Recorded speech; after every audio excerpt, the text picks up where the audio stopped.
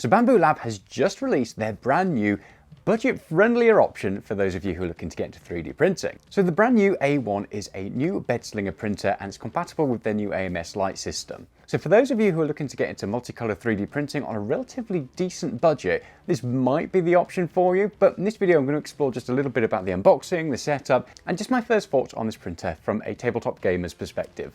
So shortly after they made their announcement, I went off and I bought this, which is the A1 and the AMS Lite combination. So they've not sent this over to me. It's not a sponsored video or anything. This is all just my opinions after I picked this beastie up. So obviously it comes well packaged and everything is nicely stacked in here, but it does involve a lot more assembly than something like the P1S or the P1P. All in all, once you get it out, it took me about 15 to 20 minutes to get the whole thing assembled. There are some bits to screw in, some bits to plug in, but once you've got it all assembled, it was just a real simple case of pairing it up with the Bambu Handy app or the Bambu Studio app. So first off, let's talk about how this thing looks and also its footprint on the tabletop as well. So I've got a couple of side-by-side shots here for you guys versus the P1S and the A1 and the AMS Lite as well. Now the first thing that jumps out is this is a more old-fashioned bed slinger model. It has the same build plate size as the P1S and the P1P, so that's really handy, and the plates are all compatible as well. The footprint of the A1 itself is a lot smaller than I expected. I don't know why, but in my head I thought it would take up a lot more space. It takes up about the same amount of footprint as something like the P1S or the P1P, but the one thing to bear in mind is because that bed is obviously moving back and forth as well, it will require a little bit more depth. However, this all kind of goes out the window if you pair it up with the AMS Lite system. This is its own separate unit that sits either alongside it, or there is a 3D printable bracket that you can go off and print, and it attaches the AMS Lite to the top. Personally, I'm not going to do that because it would make it a lot more top heavy than I'd like, and I just don't want to chance it. It's either going to get knocked over or the 3D printed part's going to break, and then I'm going to have a broken printer and an AMS Lite system. However, when it's side by side, it doesn't take up too much room, but it definitely takes up more room than something like the P1S or P1P that would be paired with the standard AMS system. With those, the AMS sits on top, and it's a lot neater.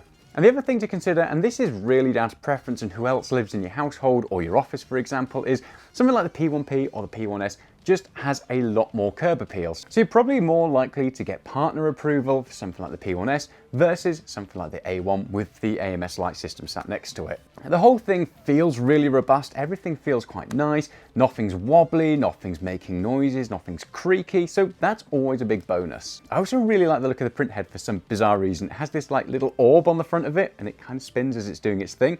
It's just a little thing that I quite like. Now, talking about that print head, one thing that I really dislike is on the P1S, it has this really nice magnetic cover, which basically pops off and you can get access to the hot end, you can get access to the cables, and just do a bit of maintenance if anything goes wrong. Things like swapping out nozzles, that makes it really easy. On the A1, it has these like plastic clips and you have to really prise it off. And in my opinion, that just feels like it's eventually going to snap, which means you're going to get replacements and stuff like that. Hopefully it doesn't, hopefully the plastic stands up over time, but I guess only time will tell. Now, replacing the nozzles actually really easy on this as well, which I kind of expected because they did such a good job on my P1S. But basically, you pop off this front cover here, pop out a couple of screws, and there's this like little clasp that you just unclip from the top of the nozzle, and then it slides out. So it's really simple and easy. So if you want to get a smaller or larger nozzle, you'll be able to do that. Now, before we get on to how this prints, let's quickly touch on the AMS Lite system. And honestly, I love this. I have the standard AMS for my P1S, and I hate it. I love the fact it does multicolor printing, but there's just so many little things that can go wrong with it. Like if something snaps, you have to take the whole thing apart to get any filament out of it, and it's just a pain, and it doesn't really work with cardboard spools unless you get adapters. There's loads of things that I just dislike about the standard AMS system. The new AMS Lite system seems to have solved the vast majority of these. Now granted, in the case of the AMS Lite, it definitely feels more like it's function over form, but I appreciate that. There just seems to be so much more going for it. You have these clips that you stick on the side of it, everything's just on the outside, you bang on your filament. You can basically use any type of filament spool with this, so whether or not it's plastic or it's cardboard, the little adapters there will clip onto the inside of the spool and then you can start using it. This is great considering so many manufacturers are moving over to cardboard spools, and even though you can use things like adapters and stuff like that with the standard AMS system, a lot of the time they can just be a bit weird and sometimes fail. So I really like this system. And one final thing before we move across is the screen's lovely. It actually has a lovely little touchscreen. It's a color touchscreen, it's nice, it's bright, it's vibrant. I can see it from pretty much all the different angles. You compare it to the tiny little sliver of a Kindle on my P1S, and this thing is just incredible compared to that. I hope we get something that's on the A1 that we can port across onto the P1S, because it just kind of boggles my mind that it's so much better. Editing Sean here, and a couple of things to point out that I missed first time round. First up, it's got a camera built into it. And if you thought the camera was bad on the P1S, oh, you're in for a treat on this, because the camera is atrocious on this. It's at a really odd angle, so everything just looks warped. So the time-lapse stuff that you'll get from this camera is just not worthwhile doing. I've had to fiddle around with it. It's not great. The light doesn't light things up particularly well either. So yeah, the camera's a bit of a washout, unfortunately. They also advertised that it has silent printing, which was a big thing for me, considering that the P1S is a really noisy printer. This is much quieter than something like the P1S, but it also has its drawbacks as well. So although it's not shaking around like a toddler in a box, it makes this really high-pitched whine all the time because the fan kicks on, and because it's all exposed and everything, you can really hear the fan. So just one thing to bear in mind, it is still pretty loud with the fan noise. So how does it print? That's what you're here for at the end of the day, and especially if you're looking to print off some things like tabletop terrain like I've been doing recently. Well, honestly, it prints as good as my P1S, which surprised me. All the advertisements and everything talk about it being pretty much as good as something like the P1S. And that just seemed odd when you think about the price difference between it. It's like, I think, £369 for the device on its own. I got it for £509 as a combination. It combined with the AMS Lite is cheaper than me buying a single P1S unit, which is just boggles the mind. The first thing I printed off was one of these Zo3D Ghosts, and they're all these articulating prints, and I love them. They're great to test out a printer, in my opinion, because you get to find out what the quality looks like, but also do all those parts move around? And they do. So that came off real nice. I then went off and I printed off this articulating skeleton as well, which again is by Zo3D, and it all printed off really nicely. It got a lot of detail on there. Nothing came off the build plate whilst it was printing, and yeah, it all worked exactly the way that I wanted it to. Once I'd done those little test articulating bits, I moved across onto something a little bit bigger and a little bit more tabletop gaming focused. So I printed off this house, which comes off in multiple parts. So you print the downstairs bit first, and then you go off and print a roof. And I printed all of this without any supports. Each piece took me, I think it was about 10 hours per piece, and I printed it at 0.012mm layer height, and I really like the results. This looks fantastic, and I didn't have to do too much tinkering or any cleanup and stuff like that. And once I get some primer on it and get it painted up, this will look fantastic on the gaming table. I also printed off some other bits as well, and I have that in the B-roll so you can see what those look like. So once I'd done all my standard printing, it was time to put the AMS Lite to the test, and the first thing I wanted to print off was these road systems. Now, I've been doing a lot of stuff recently for Warhammer Legions Imperialis, and I've been testing out on the standard AMS whether or not you can print off tabletop terrain in multicolor and then not have to mess around painting it. So the first thing is I printed off these road bits, and prints off in the grey on the sides, and you've got the centre of the road that's all black, and it even dots the little white bits in there.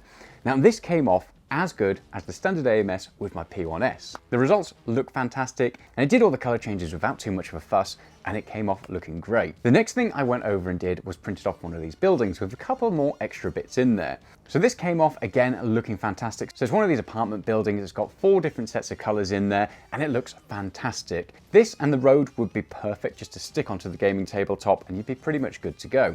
The downside of doing multicolour printing is this machine poops a lot, and P1S poops a lot, but the P1S has the decency to poop down a hole. This doesn't, it flings its poop. So basically, you're going to need to either print something off or get a box. Luckily, mine's flinging its poop at my P1S, which then bounces and lands. I'm going to have to get a box to collect it all, but it just seems to work at the moment. The other thing to bear in mind, and this is going to be applicable with pretty much any colour changing system, is it does a purge tower. So basically, as it's doing its changes, it'll purge out the old filament, and then kind of flings it, and also does this tower as well, which gradually builds up. So for every layer you print, it's also doing an extra layer on this purge tower. You can shrink the purge tower, but it's recommended that you have it there. I've done a few tests on the P1S where I've got rid of the purge tower, but what I found with that is I'll tend to end up getting like a mixed match of colours throughout the print, so I do like to have the purge tower. One way to get around this is on this building, for example, I think it was about 12 hours to print the whole thing, but if I were to print multiple of those, by the time taken to print like 4 or 5 of these wouldn't actually increase that much. And the great thing is we're only using 1 purge tower and 1 lot of flung poo, because it does that colour for all of them and then moves on to the next bit. So it's just a great tip to save some of your filament. So now we're at the point of the video where I've got to kind of summarise all the bits I've just been rambling about. And bear in mind, I have only had it now for about 4 or 5 days, but that's been long enough for me to at least get used to it, kind of get an idea of how it looks and how it feels, and just give you some of my first initial impressions about it. And I'm really impressed by this machine. If you can get over the fact that it doesn't look as pretty as something like the P1S, and you just want something that's going to be really functional and give you those multicolor prints, then it's an awesome machine. When I've been working on my multicolor print terrain stuff, it's always been in the back of my mind that it's not going to be the kind of thing that somebody just runs out and buys because it's a big expense. But on something like the A1, or if you wanted its smaller brother, the A1 Mini, which is even cheaper, you could combine multicolor printing with a relatively budget-friendly machine and get some incredible bits for your tabletop gaming, especially if you want to print them in multicolor. And bear in mind as well, it's not just going to be limited to tabletop gaming. There's going to be so many things you can print with this machine, and it prints quickly. It's not quite as fast as my P1S. I found on average it's about 10% slower than my P1S. That's anecdotal, I haven't done any full measurements, but when I have compared it in the slicer and how long it does take to get done, it does take a little bit longer. But it's still a very fast machine with a decent sized print bed, gets some great results, and it has the multicolor printing. I'll be doing a whole bunch of other videos going forward as well, so I'll do a comparison between the A1 versus something like the P1S, the AMS versus the AMS Lite, and let me know as well in the comments, what sort of thing would you like me to explore for this? This is just like an initial impressions video with some unboxing and just some thoughts from a tabletop gamer, so let me know in the comments below what sort of thing you'd like me to explore next for it. I've got a whole bunch of ideas for it, but I'm really impressed with this machine. So far, it has been incredibly good, and at this price point, it would be really hard to justify going up to a P1S unless you had an absolute need for it. And before I round off, you might be asking yourself, what are some of those needs that you would need the P1S for? Additional materials. So if you're not just printing in standard like PLA, for example, you're not going to be able to print off in ABS because you don't have that enclosure. The heat bed doesn't get hot enough apparently. So there's some other materials out there that you might want to print in that this isn't going to support. So do your research, and it depends on what you're using it for. But for somebody like me, who basically sticks with PLA all the time, this is an awesome machine. So throw down your suggestions and any questions you've got in the comments below, and I'll be back in the future with some more content around this printer and also how it compares to its bigger, more expensive brothers, and hopefully I might even get an A1 Mini at some stage. Thanks for watching, and I'll see you in the next one. Bye.